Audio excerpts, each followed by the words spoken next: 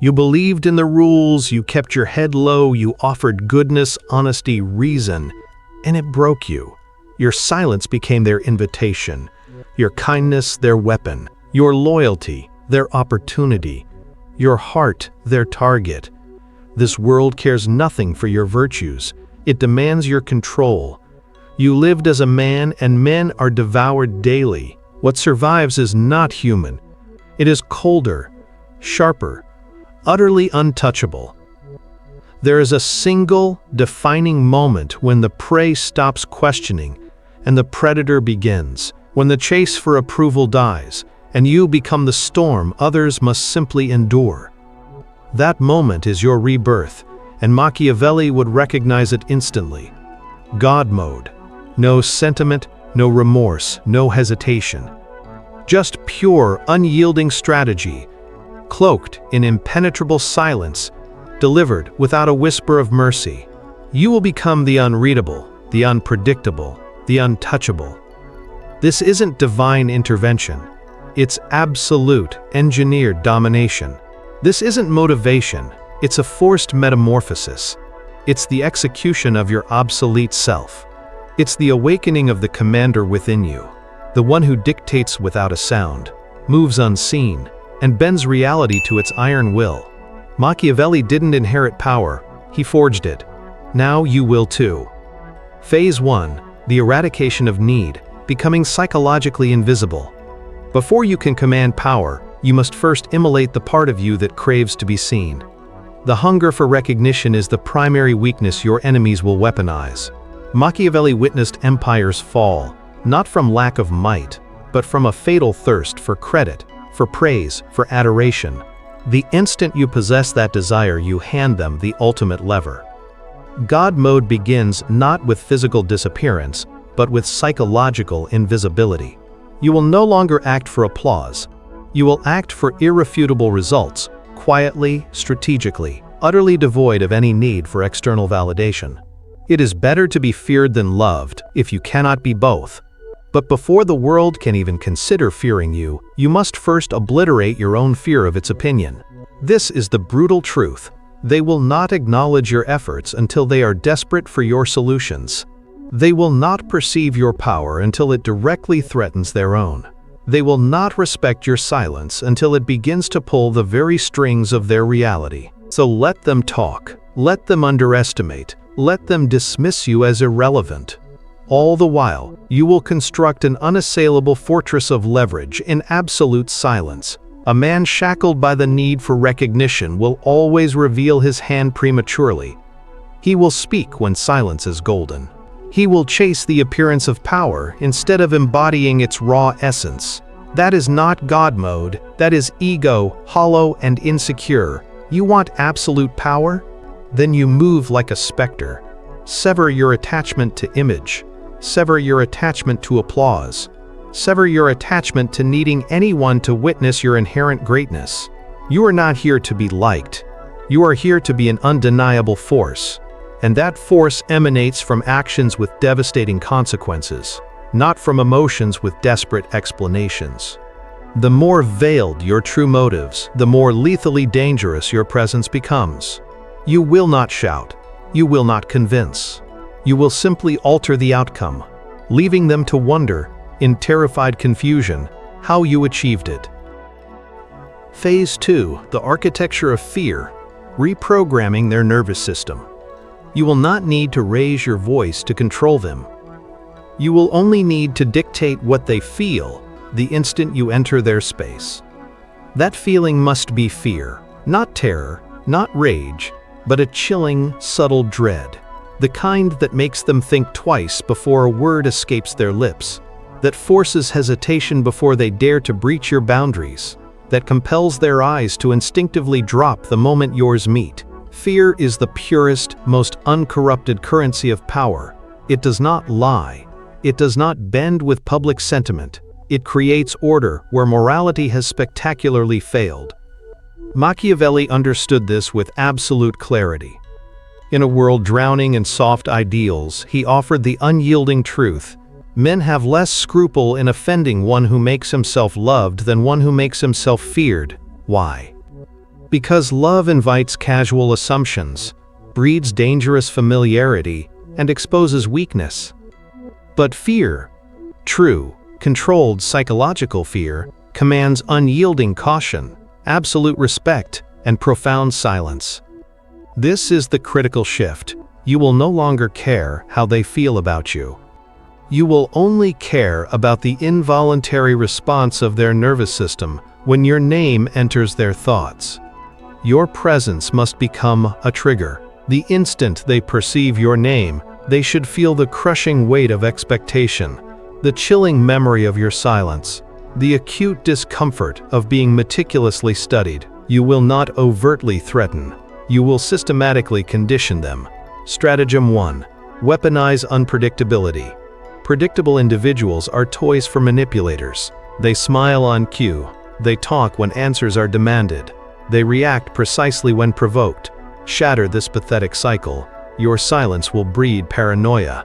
Your approval will become a rare, precious commodity. Your reactions will be calculated strikes, never emotional outbursts, purely tactical. Never grant them insight into your thoughts. They must guess, they must project, they must fear being wrong. And they will adjust their behavior to meticulously avoid triggering you.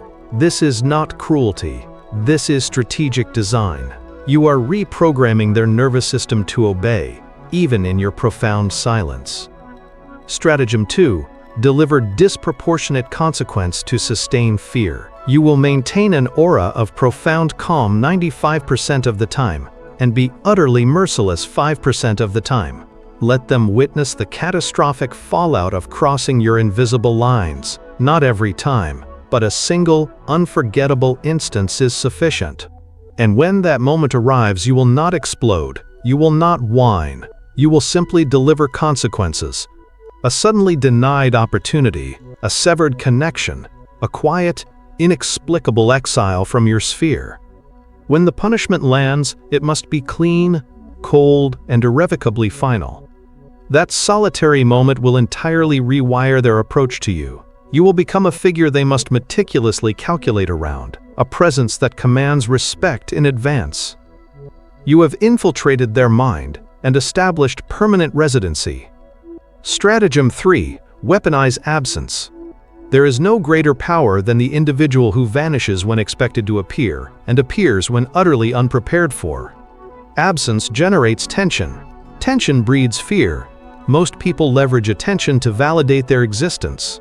You will leverage absence to accumulate power. Leave conversations deliberately unfinished. Walk away from disrespect without a single explanation. Delay your reply until silence itself screams louder than any words. They will begin to dwell on you more profoundly when you are not physically present. That is when your influence exponentially multiplies. Remember this: power does not chase. Power haunts. The more mysterious your presence, the more meticulously cautious they become. Stratagem 4. Never explain, never defend. Explanation is a subtle act of submission. When you justify your decisions, you grant others the dangerous illusion that they possess a say in your choices. They do not. Permit them to wonder. Permit them to question your motives. Permit them to talk. You remain serenely above it all, untouched, unbothered. And they will inevitably begin to fear what they cannot comprehend. That is how gods are made, through profound silence, not verbose sermons. Machiavelli's God mode is not loud. It is not overtly violent. It is not chaotic. It is clinical. It is deliberate. It is profoundly psychological. You will not need to shout to dominate. You will simply condition their nervous systems until they no longer perceive you as a mere man, but as a ubiquitous presence they dare not offend. This is how you systematically reprogram their fear response. This is how you ascend. Power becomes critically vulnerable the instant it is visibly exposed.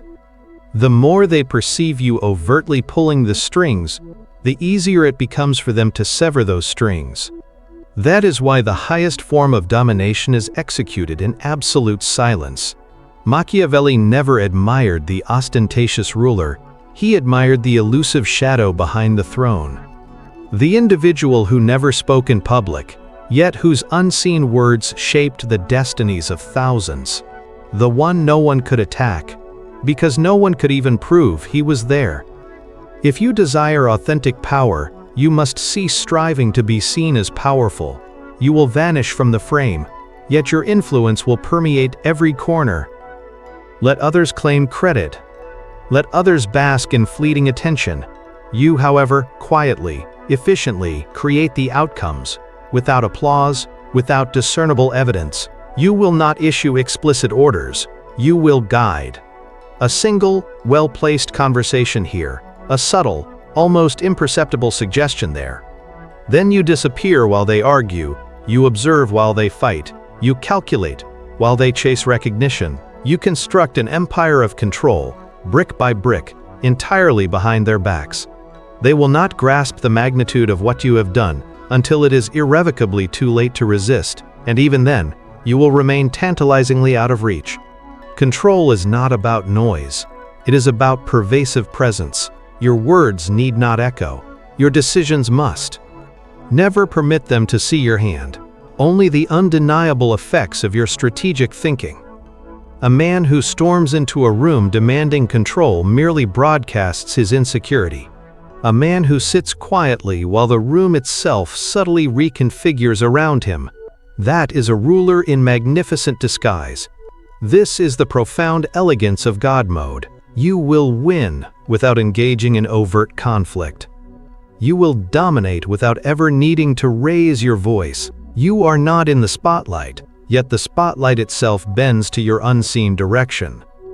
People will swear they made their own choices. They will never detect the invisible lines you meticulously drew for them. That is when you know you have definitively won, because real control isn't about being feared. It's about becoming utterly unreachable. You've started to architect their fear, shaping reactions with your unseen hand. But this intricate dance of psychological warfare is far from complete. If you're ready to solidify your dominance, to forge an untouchable persona and ascend beyond all emotional chains, then subscribe to this channel now, hit that like button, and tell us in the comments, what's the most effective silent power move you've ever witnessed or deployed? Join the few who truly master the game. Phase 3. The Ghost in the Machine. Forging an impenetrable persona. Power is not merely what you accomplish, it is fundamentally who they believe you are. The strongest individual in a room is not always the loudest, the wealthiest, or the most overtly aggressive. Often, it is the one whose public image is untouchable, unassailable. A persona so meticulously crafted that no one dares to question its authenticity. This transcends fleeting fame or popularity. This is about constructing an ultimate mask. A presence that intimidates, confuses, and mesmerizes all at once. A formidable reputation that whispers its authority before you even speak. One that paralyzes opposition and commands an almost involuntary obedience. Machiavelli understood this intricate game intimately. He believed that perception held greater sway than objective truth. That what people believe you are is often far more critical than what you actually are. His adage, "Everyone sees what you appear to be, few experience what you really are," is your blueprint. Let them perceive a version of you that has been honed, filtered, and ignited with myth. Let them imagine your capabilities. Let them speculate endlessly. Let their intrinsic fear and envy fill in the strategic blanks you meticulously leave. When your persona is truly untouchable, your actual moves become almost secondary. They are already reacting to your formidable shadow. You must become the individual whose name is spoken with reverence in rooms you have never physically entered. The man for whom they meticulously prepare, the enigma they can never fully comprehend. And you forge that persona not by loudly proclaiming who you are, but by becoming a profound mystery wrapped in an aura of undeniable power. You speak sparingly, yet every word resonates with profound impact. You move rarely, yet every single movement shifts the entire landscape. You project absolute control, unwavering composure above it all, and they will inevitably project a divine quality onto you. This is the paradox. The more they see of your true self, the less they will fear you. The less they see, the more their imagination will run wild. And in the crucible of imagination, fear blossoms into legend. Grant them nothing they can exploit. Do not overshare. Do not explain. Do not engage in arguments. Your reputation must be entirely self-sustaining, fueled by carefully curated rumors, shaped by irrefutable results, and protected by an impenetrable wall of silence. If someone dares to speak against you, your persona should be so robust that no one credits their accusations. If someone foolishly challenges you, their voice should sound utterly foolish before you even deign to respond. That is power, not in overt domination, but in an unspoken inevitability. In the potent idea that your mere name alters behavior, that people unconsciously adjust their demeanor when you enter a room, that they rehearse their words before addressing you. And you will never grant them clarity. They should never truly comprehend what truly drives you.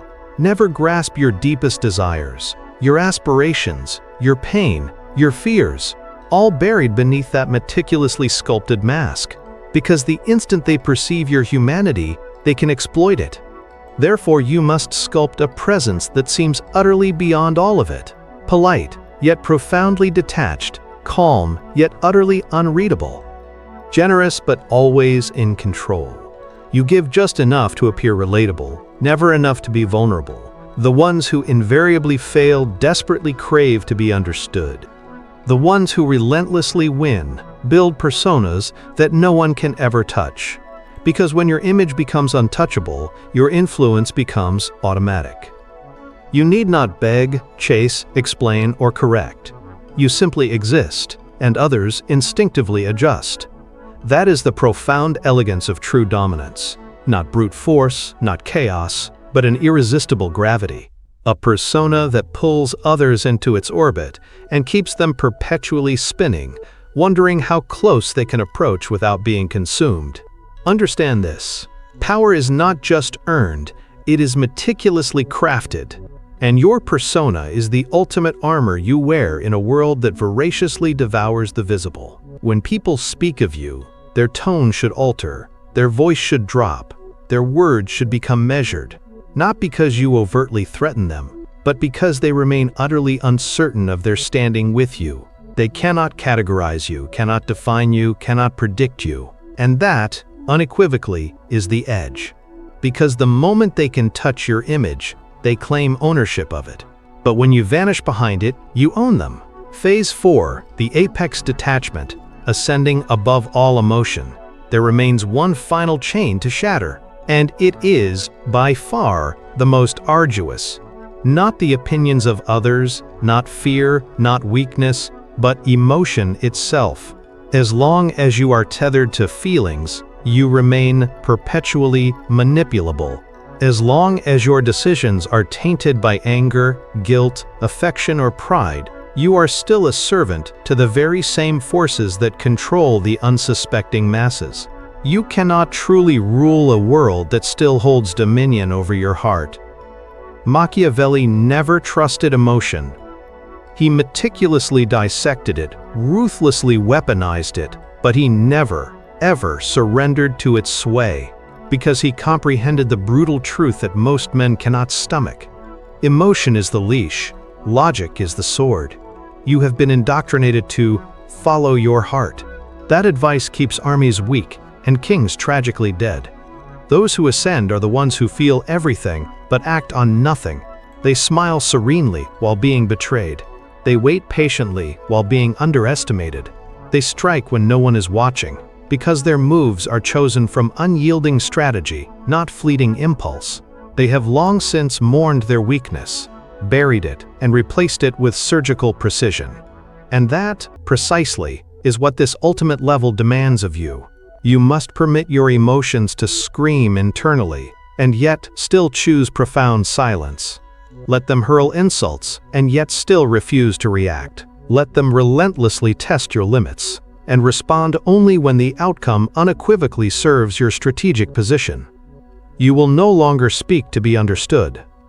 You will speak only to advance your position, destabilize theirs, or anchor their fear. You must extinguish the craving for justice. Justice is a comforting myth peddled to those who lack power.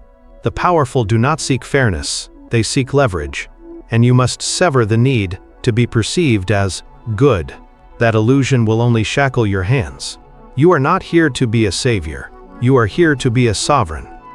Every man shackled by his emotions is a predictable machine, effortlessly provoked, easily trapped, swiftly destroyed. The instant you sever these chains, you become something utterly inhuman to them, and that is precisely when you become unstoppable.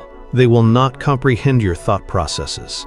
They will not understand how you endure what they could never handle. They will not understand how you smile in silence, then destroy without warning. And they will label you cold. They will brand you ruthless. They will declare you have lost your soul. But the profound truth is, you have finally claimed ownership of it. You have ceased selling your inner peace to every fleeting emotion that comes knocking. You have ceased ceding your power to people who have not earned your attention. You need not feel understood. You need not be forgiven. You need to be nothing less than inevitable. This is the final, transcendent step of God mode. Not rage, not revenge, but ultimate transcendence. You become unshakable, unreachable, untouchable, not because you have become cruel, but because you have utterly outgrown the desperate need to feel human in front of them. Emotion transforms into a tool, no longer a master. Pain becomes raw data. Love becomes strategic leverage. Loss becomes a mere recalibration. Now you move differently. Not faster, but infinitely higher. Not louder, but chillingly colder. Not recklessly, but with terrifying surgical clarity. You no longer ask, "Is this fair? Will they like me? Am I doing the right thing?" Now you ask, "Does this decisively increase my power? Does this unequivocally fortify my position? Does this irrefutably weaken theirs?" The game never truly ends, but from this elevated vantage point, you are no longer playing it like a mere man. You have become something else entirely. A strategist unburdened by chains, a ruler devoid of mercy, a force utterly detached from emotion. You have activated God mode, and there is no possible return. Now you perceive it. The world was never truly against you. It was merely indifferent to weakness. You were not truly betrayed. You were exposed. You were not overlooked. You were simply too readable. You were not denied power. You had simply not earned it in the way authentic power demands. In profound silence, in unyielding discipline, in absolute control.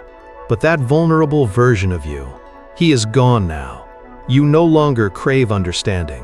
You no longer waste energy on fairness. You don't reach down to explain yourself to people who aren't operating on your level. You've become the architect, the silent, omnipresent force behind the curtain. The individual no one sees coming, yet everyone profoundly feels when he enters the room. This is the ultimate evolution. No emotions to exploit. No patterns to predict. No image to destroy. Because you've become the one who shapes images. You're not part of the crowd anymore. You watch the crowd, you influence the crowd, and if necessary, you burn it down. You've activated God mode. You are not their equal, you are their lesson. Let them talk, let them guess, let them wonder how you operate. They won't find answers, just results, just consequences. Just your name whispered with fear, mentioned with respect, never truly understood. Because that's the cost of power. You stop being relatable. You become inevitable. So now the question is, will you use it? Will you take this blueprint and build something untouchable? Or will you fall back into the comfort of weakness, the illusion of safety? Make your choice. If you are ready to rule from the shadows, to win without being seen, to dominate without lifting your voice, then this channel was meticulously built for you.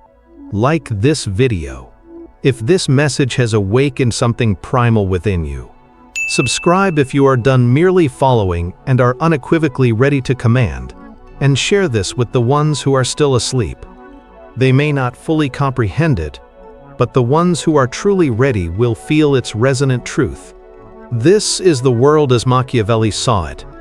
Now it is undeniably yours. Welcome to God Mode.